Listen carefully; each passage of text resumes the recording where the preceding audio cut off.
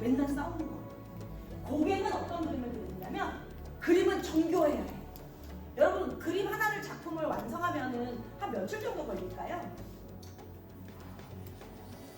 한 달, 그쵸? 못해도 한 달은 걸릴 거고요. 어떤 사람은 몇 년 걸린다고 하잖아요. 그러니까 고객은 그렇게 자신의 작품 세계를 공들여서 그려야 된다는 생각을 하고 있어요. 이게 정답이에요? 아니요. 근데 그분은 어떤 생각이냐면 이제를 들고 바깥에 나가잖아요. 해 뜨는 모습이 너무 아름다운 거죠. 그러면 해가 지면 이 해는 의미가 있어요, 없어요? 그러면 해가 지기 전까지 그 순간을 그려야 되잖아요. 그러면 몇 시간 안에 그림을 그려야겠네요. 그럼 몇 시간 안에 팍 그려요.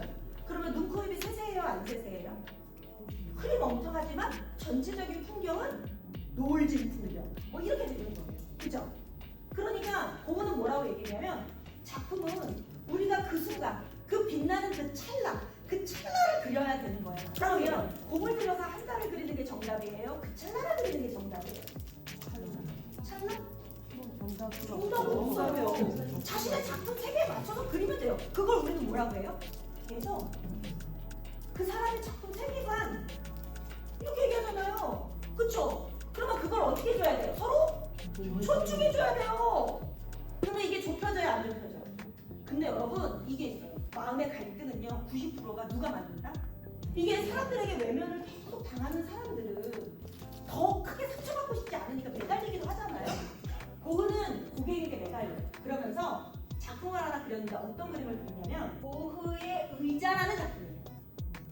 이 작품명은 고객의 의자예요.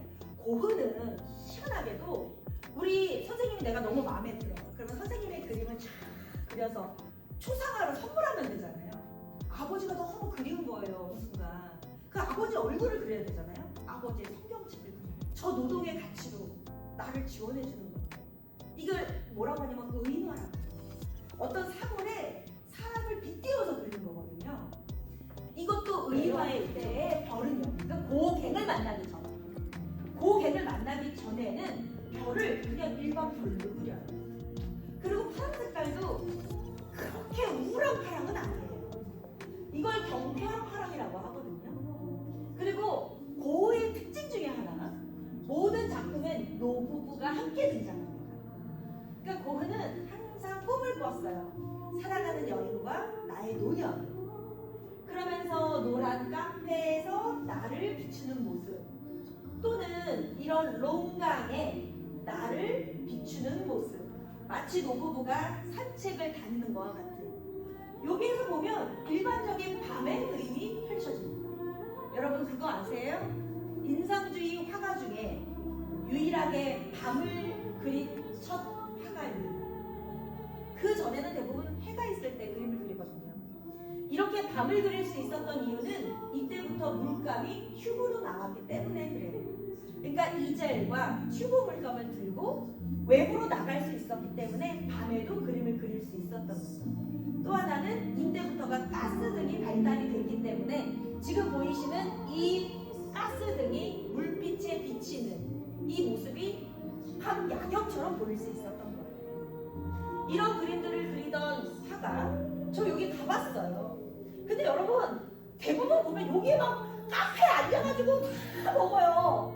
여기 가면 돼요, 안 돼요? 그래서 저는 그 카페 앞에 있는 요 집에서 밥을 먹고 이 집에서 이렇게 귀한 사이플러스 나무를 그리기 시작하면서 정신병원에 들어가기 시작하면서부터 별은 이렇게 어지럽게 바뀌어요. 또 하나는 이 앞에 노부부가 아닌 형제가 놓여 있습니다. 그러니까 이 집에 굴뚝에 오렌지빛이 새어나온다는 건 무슨 뜻? 행복하게 누군가와 저녁을 먹고 있겠구나. 고흐는 그렇게 누군가와 함께 있기를 원했던 것조차가 허용되지 않았죠.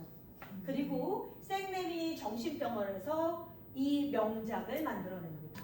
이렇게 검은 색깔이 어느 순간 환한 빛으로 바뀌고 환한 빛이 노란색으로 바뀌었고 노란 색깔이 파란빛으로 바뀌기 시작하면서 때로는 붉은 분노로 그리고 마지막에는 우울감을 나타내는 이런 컬러로 바뀌기 시작합니다. 이게 빈센트 반 고흐의 컬러로 본 감정선이에요. 여러분들 제가 처음에 여러분들에게 컬러에 대한 이야기 해드렸죠? 왜 제가 컬러에 대한 이야기를 해드렸는지 조금 이해가 되시죠?